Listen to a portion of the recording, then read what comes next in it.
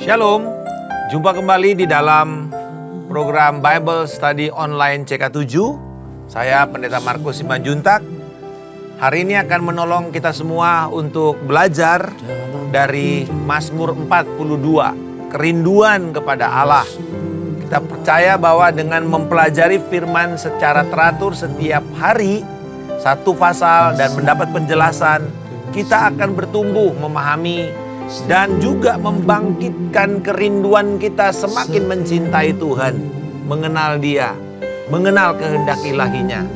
Mari pada hari ini, saya mau mengajak kita semua sebelum kita belajar tentang kerinduan akan Tuhan, kita bangkitkan dulu hasrat kita, menyembah Dia. Ungkapkanlah betapa rindunya kita kepada Tuhan pada hari ini. Terpujilah Engkau Bapa. Kami rindu akan hadirat-Mu. Bukan hanya pribadi tapi bersama-sama sebagai orang percaya. Kami naikkan syukur kami kepada Engkau. Haleluya. Hanya Engkaulah kerinduan kami. Allah yang sanggup memuaskan hasrat kami yang suci. Haleluya.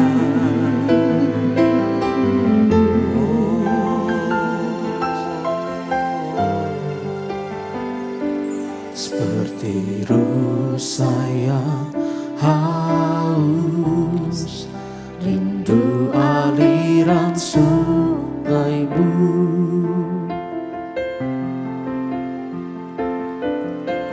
Hatiku tak tahan menunggu-Mu.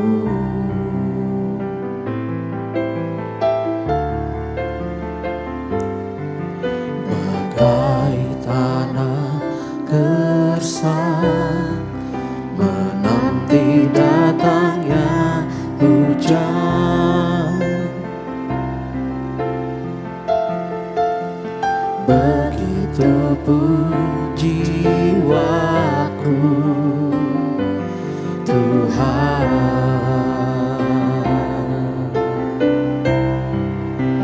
Hanya Engkau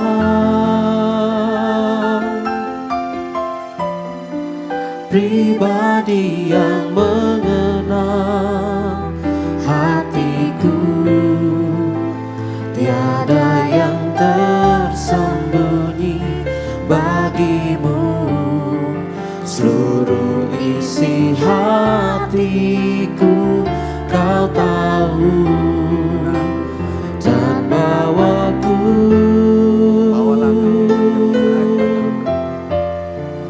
untuk lebih dekat lagi padamu,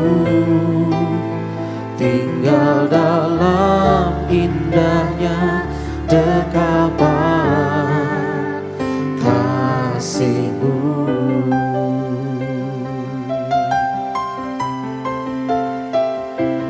Seperti rusa yang haus, rindu aliran sungai-Mu.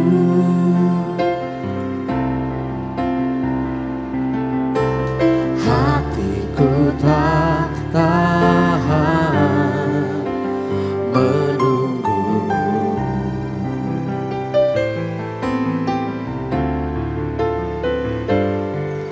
Bagai tanah gersang menanti datangnya hujan, begitu pun jiwaku, Tuhan.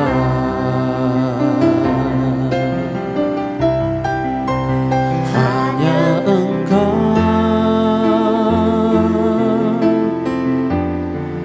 pribadi yang mengenal hatiku, tiada yang tersembunyi bagi-Mu.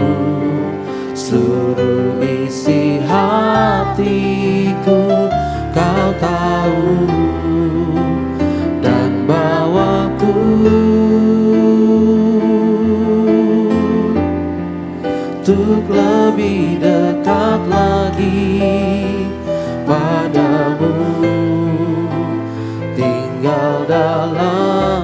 indahnya dekapan kasih-Mu.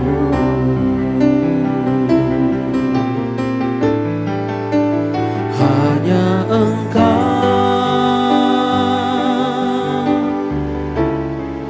pribadi yang mengenal hatiku, tiada yang tersembunyi bagi-Mu.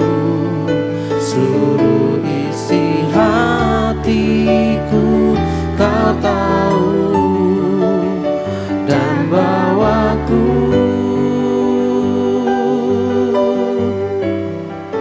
untuk lebih dekat lagi padamu,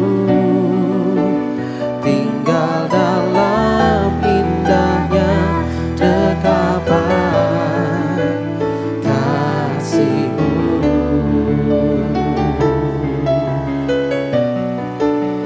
Tinggal dalam indahnya dekapan kasih-Mu.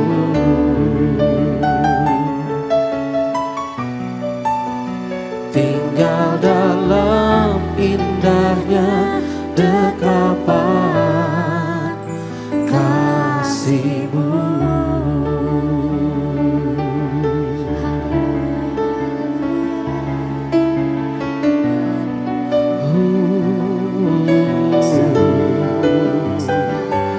Kami mau diam dalam hadirat-Mu, ya Tuhan. Ya ralala bashana, kiralala bata karalamu, Yesus Tuhan, kirala bata kanamu.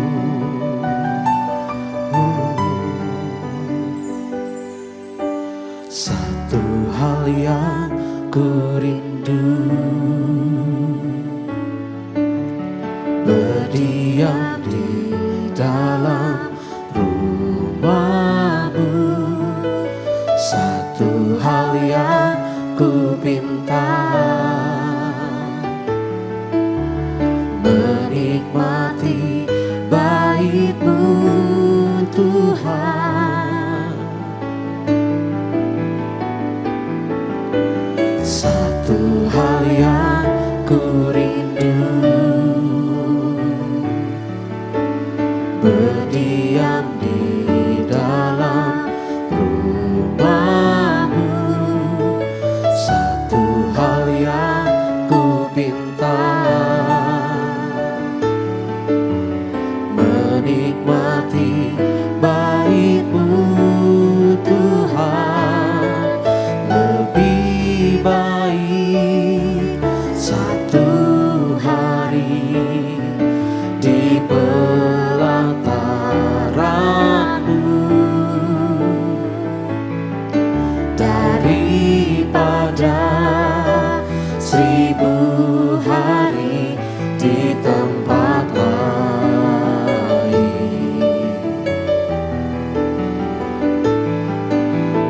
Memuji-Mu, menyembah-Mu, Kau Allah yang hidup, dan menikmati semua kemurahan-Mu.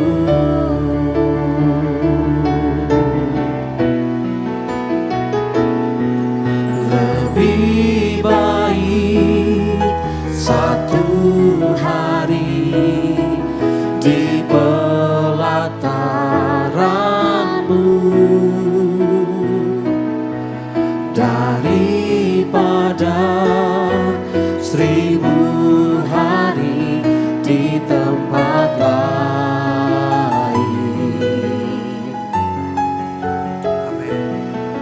Memuji-Mu, menyembah-Mu, Kau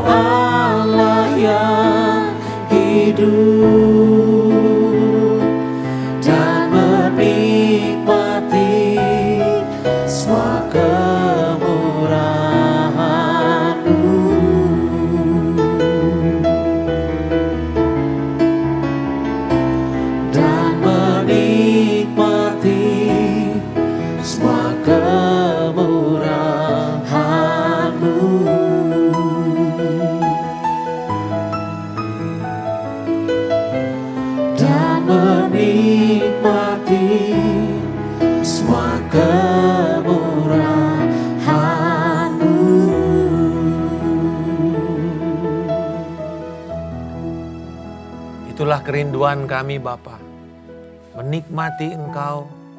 Dan biarlah hasrat kami ini terus hanya bisa dipuaskan di dalam hadirat-Mu semata-mata. Mari Roh Kudus, terangilah firman-Mu pada hari ini melalui hamba-Mu. Supaya kami bisa membangun kerinduan kami akan Tuhan yang benar. Di dalam nama Yesus kami mengucap syukur.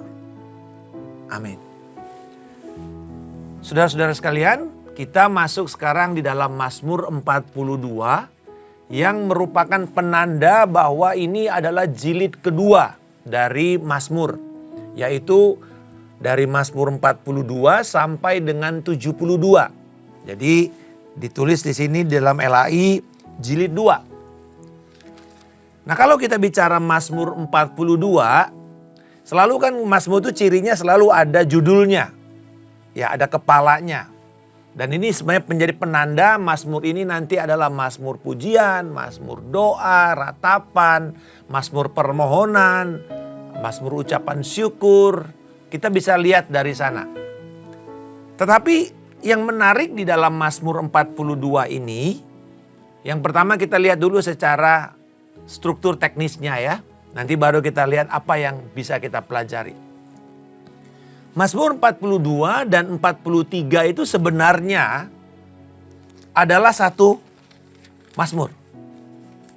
Jadi kemungkinannya ada dua. Mazmur 42 dan 43 inilah satu Mazmur yang dibagi dua. Atau Mazmur 43 adalah pelengkap dari Mazmur 42. Kenapa? Ya kenapa? Karena sebenarnya kalau kita lihat ibarat sebuah lagu ya. Atau kan Mazmur ini kan lagu atau puisi. Jadi biasanya kalau kita melihat sebuah puisi kita lihatnya baitnya atau stanza. Itu ya, bait 1, bait 2, bait 3 lalu ada chorusnya biasanya. Kalau lagu itu ada chorusnya. Yang akan kita ulang-ulang sebagai chorus atau refrain kalau bahasa Indonesianya. Nah, ternyata Mazmur 42 dan 43 ini terdiri dari 3 stanza yang punya refrain di setiap akhir stanza itu atau menutup setiap akhir stanza itu dengan refrain. Apa refrainnya? Coba perhatikan. 42 ayat 6. Ini adalah refrain yang pertama kita lihat. Yaitu, mengapa engkau tertekan hai jiwaku dan gelisah di dalam diriku? Berharaplah kepada Allah sebab aku akan bersyukur lagi kepadanya, penolongku dan Allahku. Lalu diulang lagi dalam ayat 12. Mengapa engkau tertekan hai jiwaku? Lalu kemudian ayat 5 dari pasal 43. Mengapa engkau tertekan hai jiwaku dan mengapa engkau gelisah di dalam diriku? Berharaplah kepada Allah sebab aku akan bersyukur lagi kepadanya, penolongku dan Allahku. Jadi dari sini kita bisa melihat sebenarnya sungguh Mazmur 42 dan 43 ini adalah satu Mazmur. Bukti yang kedua, ternyata tidak ada judulnya Mazmur 43 itu. Ya. Lalu ada ungkapan yang sama yang ditemukan di dalam Mazmur 42 ayat 10. Aku berkata kepada Allah, gunung batu, mengapa engkau melupakan aku? Mengapa aku harus hidup berkabung di bawah tekanan musuh? Dan kita sekarang lihat di dalam pasal 43 ayat 2. Sebab engkaulah Allah tempat pengungsianku, mengapa engkau membuang aku? Mengapa aku harus hidup berkabung di bawah tekanan musuh? Mengapa aku harus hidup berkabung di bawah tekanan musuh? Sama lagi. Jadi ada kemiripan antara pasal 42 dengan pasal 43. Kalau kan kita biasa bikin puisi atau tulis lagu, selalu ada ceritanya, ada yang kita mau ungkapkan. Dan ungkapan itu akan kelihatan di dalam bait 1, kelihatan di dalam bait 2, kelihatan dalam bait 3. Lalu nanti refrennya itu akan menggambarkan kesatuan yang mengikat satu sama lain. Jadi di sini kita bisa simpulkan Mazmur 42 dan 43 ini adalah satu bagian yang tidak bisa kita pisahkan. Nah, sekarang kalau coba kita gabungkan ya dua Mazmur ini, akan tercipta sebuah nyanyian yang seimbang antara ratapan, permohonan, dan keinginan atau kerinduan untuk memandang kepada masa depan. Seperti yang terungkap di dalam doa di Mazmur ini. Ini Mazmur kalau kita baca ya pelan-pelan, ini seperti doa orang sakit. Atau mungkin doa orang yang sedang jauh di daerah perantauan tetapi sedang berkecamuk dengan konflik. Atau orang yang merantau dan jauh dari bait suci dan rindu untuk sebuah perayaan. Mungkin Bapak Ibu pernah merantau, terus kemudian waktu Natal atau Tahun Baru, atau mungkin kalau kita di Indonesia kan Lebaran. Itu kan meriah. Lalu kita kangen sekali dengan ibadah di kampung, di mana keluarga kumpul. Kita ngerti, saya merantau cukup lama. Itu kangen sekali, sampai waktu Natal tuh bisa nangis sendirian aja. Karena ingat, kita jauh dari keluarga. Saya ingat waktu saya ada di Filipina, lagi Lebaran.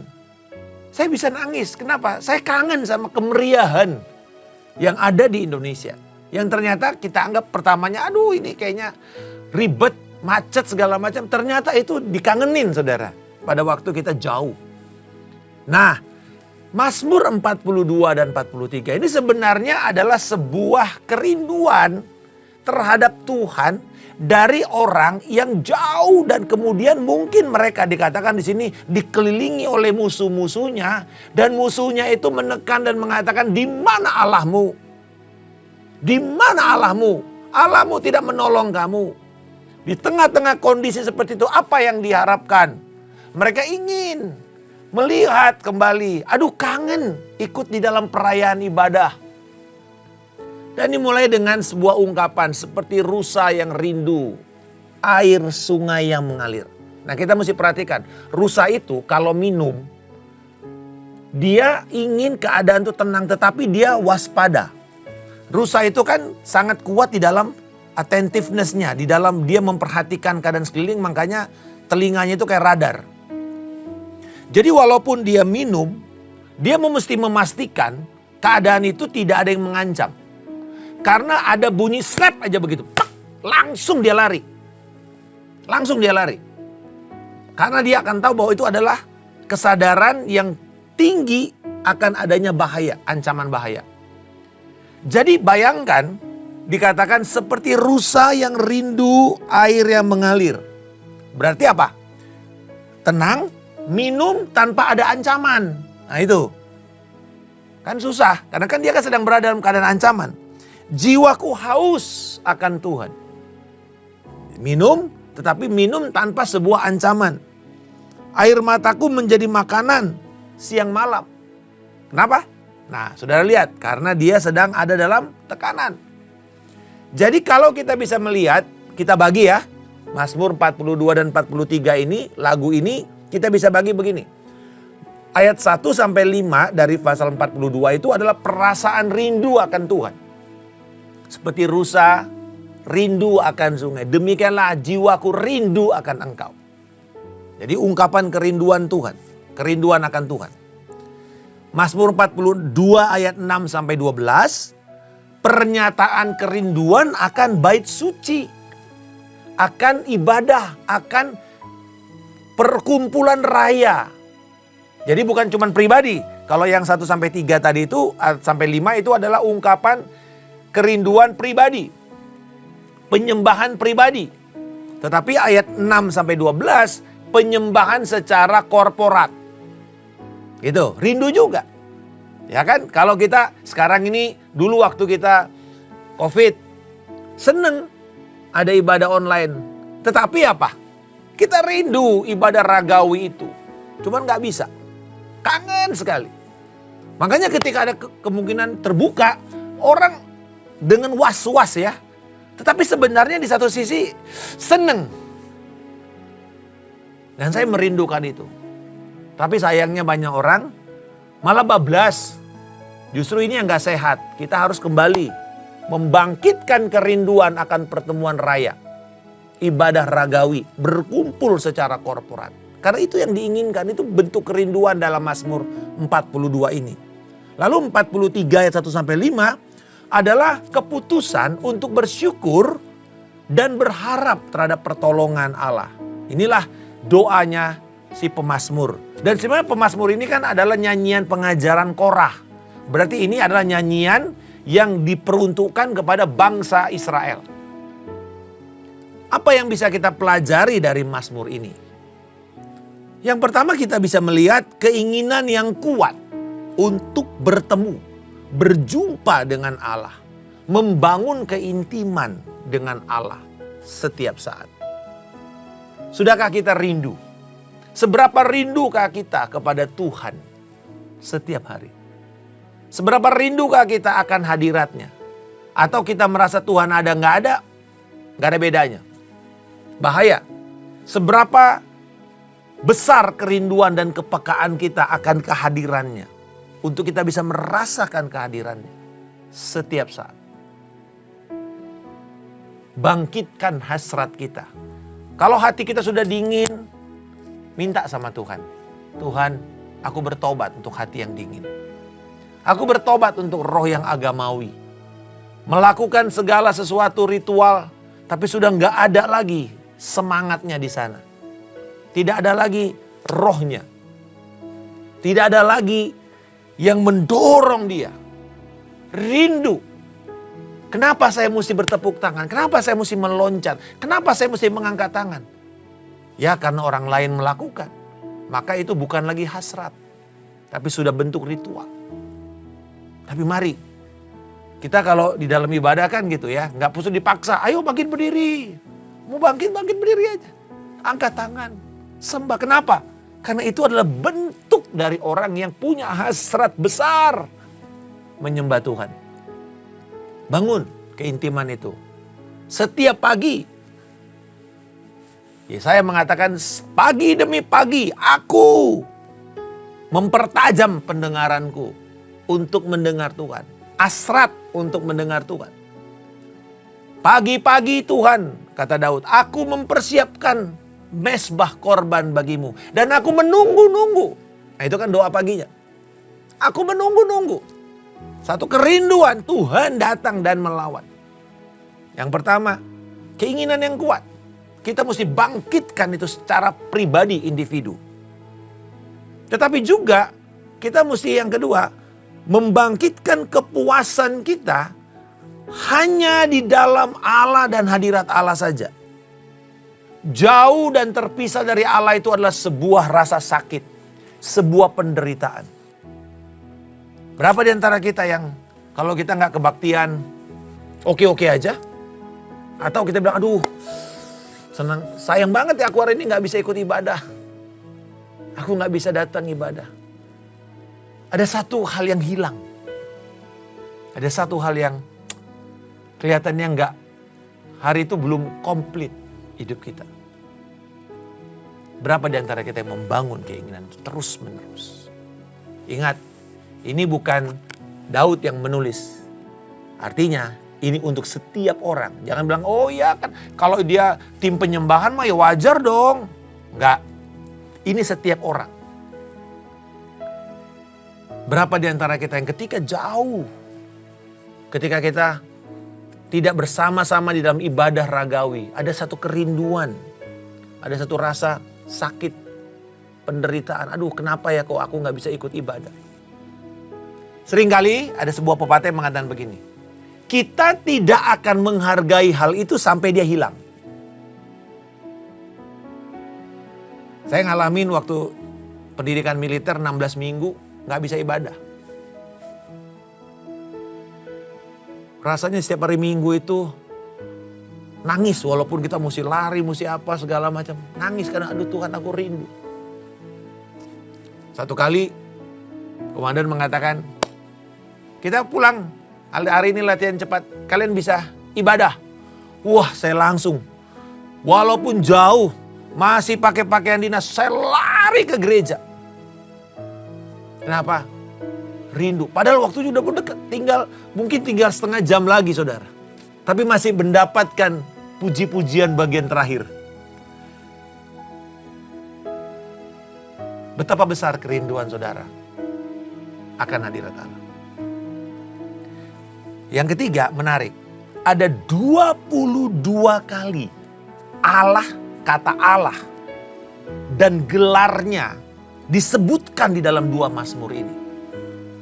Ini memperlihatkan Allah yang hadir di dalam setiap kondisi kita. Allah yang maha hadir. Si pemazmur Bani Korah menuliskan tentang keberadaan Allah.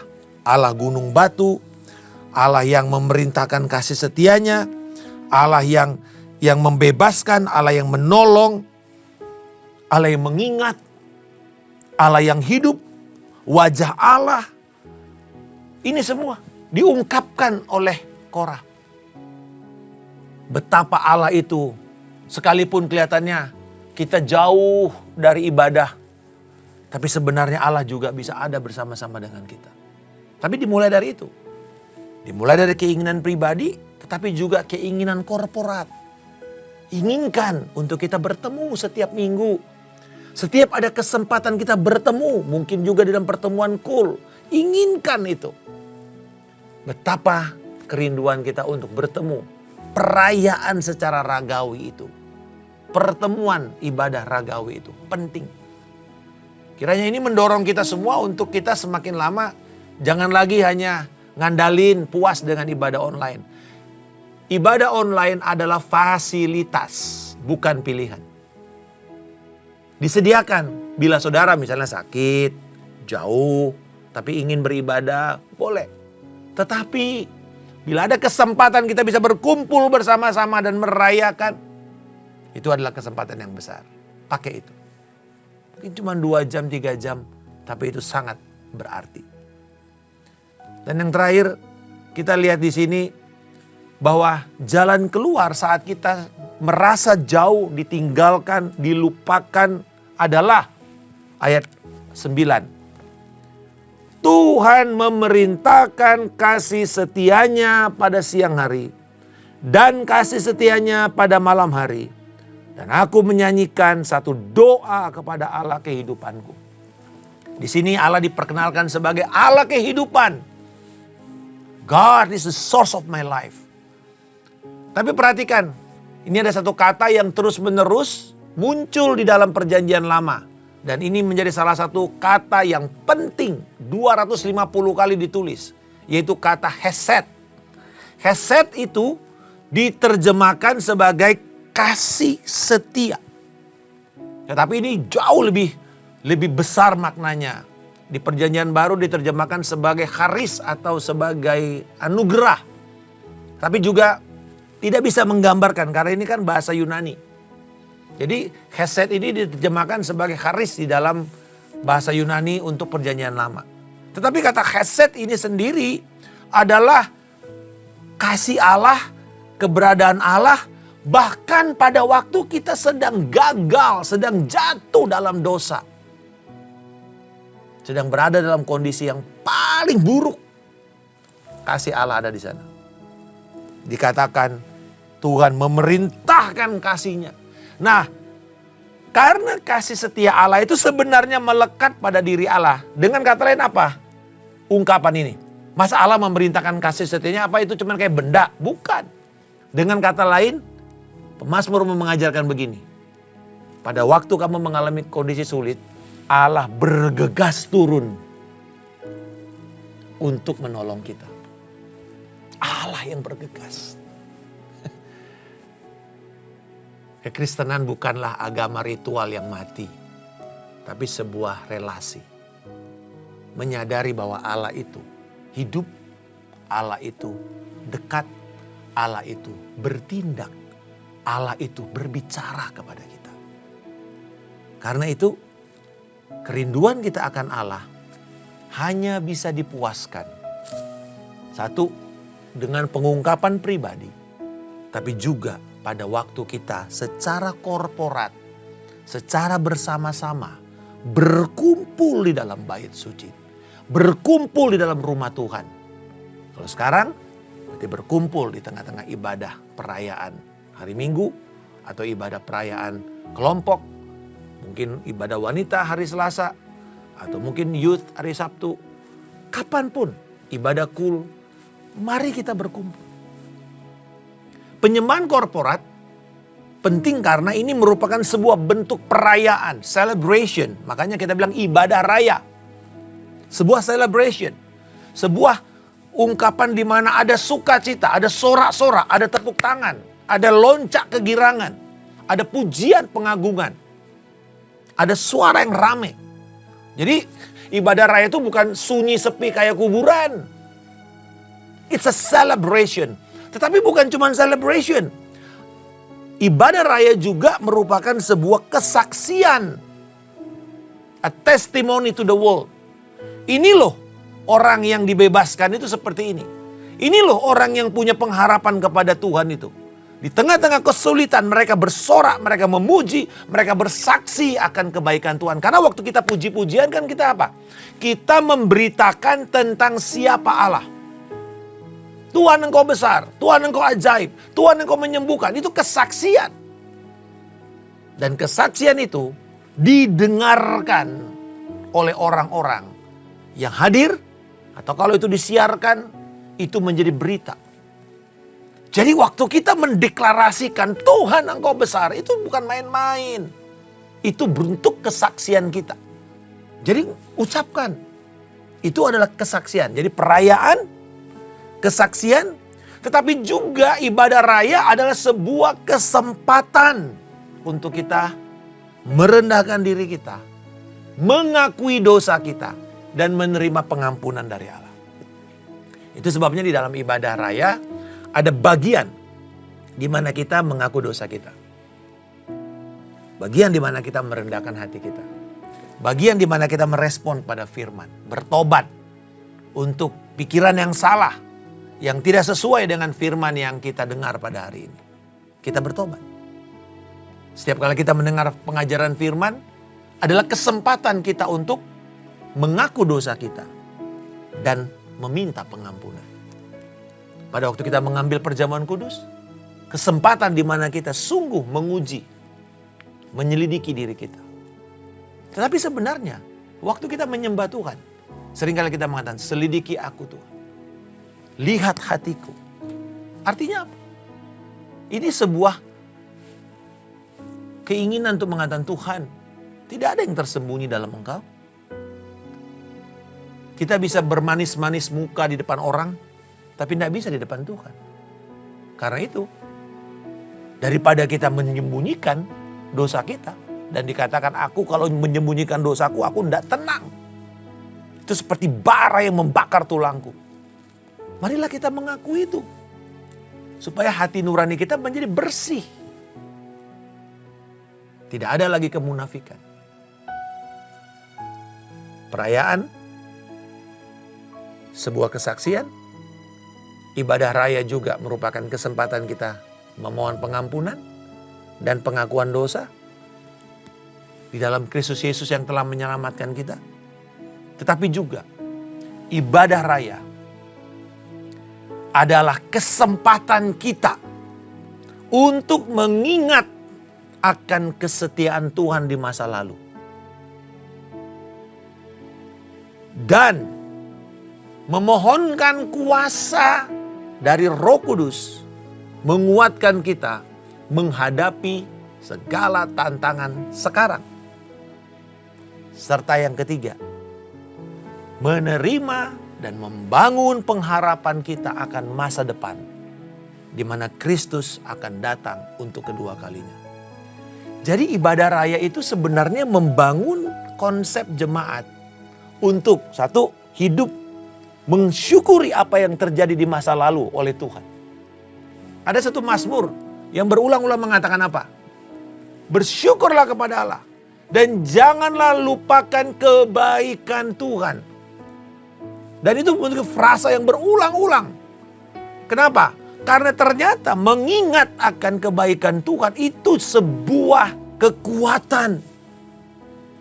Sebuah dasar di mana kita berpijak. Kalau Tuhan menolong saya di masa lalu, maka Tuhan akan menolong saya sekarang dan akan memelihara saya sampai kepada masa depan. Itu loh maksudnya. Jadi saudara-saudara, bedanya dengan orang dunia, kalau mengingat masa lalu, dia terperangkap dengan kemuliaan masa lalu.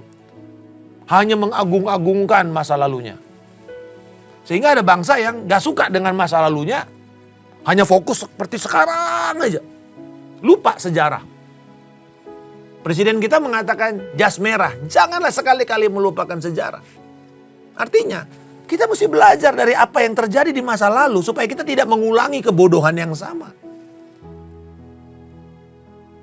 Tetapi di masa sekarang, karena kita sudah belajar, kita belajar prinsip-prinsip. Rasul Paulus mengatakan, Tuhan menyediakan peristiwa di masa lalu supaya kita bisa belajar. Kenapa ada Ibrani 11 tentang perkara besar yang Tuhan kerjakan di masa lalu kepada bangsa Israel, kepada pribadi-pribadi. Supaya orang yang pada hari itu, yaitu jemaat yang sedang mengalami aniaya.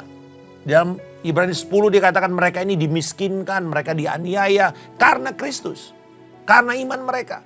Nah, kepada orang yang tertekan seperti ini, mereka perlu diingatkan apa yang Tuhan kerjakan di masa lalu. Tetapi juga supaya mereka menerima kekuatan. Dikatakan bahwa Roh Kudus memberikan kita kekuatan dengan segala kuasanya untuk membuat kita tabah melewati segala yang kita hadapi sekarang ini. Jadi kita punya perspektif yang benar tentang apa yang terjadi sekarang. Lalu kita melihat ada pengharapan di masa depan. Living expectantly. Hidup sambil menantikan rahmat Tuhan. Ada yang mengatakan orang boleh tahan tidak makan mungkin 3 hari atau 7 hari. Orang boleh tahan gak minum paling lama ya 72 jam. Kalau gak habis itu dehidrasi. Orang mungkin boleh tahan tidak menghirup udara tergantung bagaimana dia melatih dirinya. Mungkin 5 menit 10 menit. Tapi orang tidak akan tahan hidup tanpa harapan. Makanya kita sebut sebagai putus asa, putus harapan. Apa? Wujud orang putus harapan, bunuh diri. Jadi orang tidak bisa hidup tanpa harapan. Dan harapan itu kan bicara ke depan. Nah saudara-saudara, kita tidak sekedar di sini. Ada masa depan kita yang jauh gilang gemilang. Di mana ngengat dan karat tidak bisa merusak apa yang Tuhan sudah jadikan kepada kita. Kehidupan dan harta mulia itu. Tapi juga di sana tidak ada pencuri yang bisa mencurinya. Marilah kita hari ini menyadari pada waktu kita menyembah Tuhan, waktu kita beribadah, ibadah raya, kita mengingat akan perkara Tuhan di masa lalu yang begitu menolong kita. Dan sekarang semua persoalan kita ini Tuhan berikan kita kekuatan dan kita berharap akan apa yang Tuhan akan nyanyikan supaya kemudian ketika Tuhan datang dia akan mengatakan, baiklah engkau hambaku yang baik dan setia. Marilah masuk ke dalam kebahagiaan Tuhan. Kami bersyukur Bapa pada saat ini. Biarlah kiranya Engkau menguatkan kami. Kerinduan kami akan Tuhan. Kami menyadari bahwa kami tidak bisa jauh dari Tuhan. Dan hanya Engkaulah Tuhan yang memuaskan hasrat kami. Hanya Engkaulah Tuhan yang bisa menjawab kerinduan hati kami. Dan kami juga berdoa, ampuni kami bila kami tidak memperdulikan pertemuan raya, ibadah raya. Tapi hari ini kami menyadari bahwa itulah sebuah kesempatan kami bisa merayakan, bersaksi. Kami bisa menerima pengampunan dan melepaskan pengakuan dosa kami. Kami juga bisa menerima Tuhan kesaksian akan karya Kristus di masa lalu. Dan kuasa Roh Kudus untuk memberikan kami kekuatan di masa sekarang. Dan pengharapan akan kedatangan Kristus yang memberikan rahmat untuk hidup kekal di masa depan. Kiranya Engkau memberkati setiap kami Tuhan. Menguatkan setiap kami. Untuk kami berlomba-lomba untuk membangun kerinduan kami akan Tuhan. Secara pribadi maupun secara jemaat. Di dalam nama Tuhan Yesus Kristus. Kami berdoa dan mengucap syukur. Haleluya. Amin. Tuhan memberkati. Shalom. Sampai bertemu esok hari.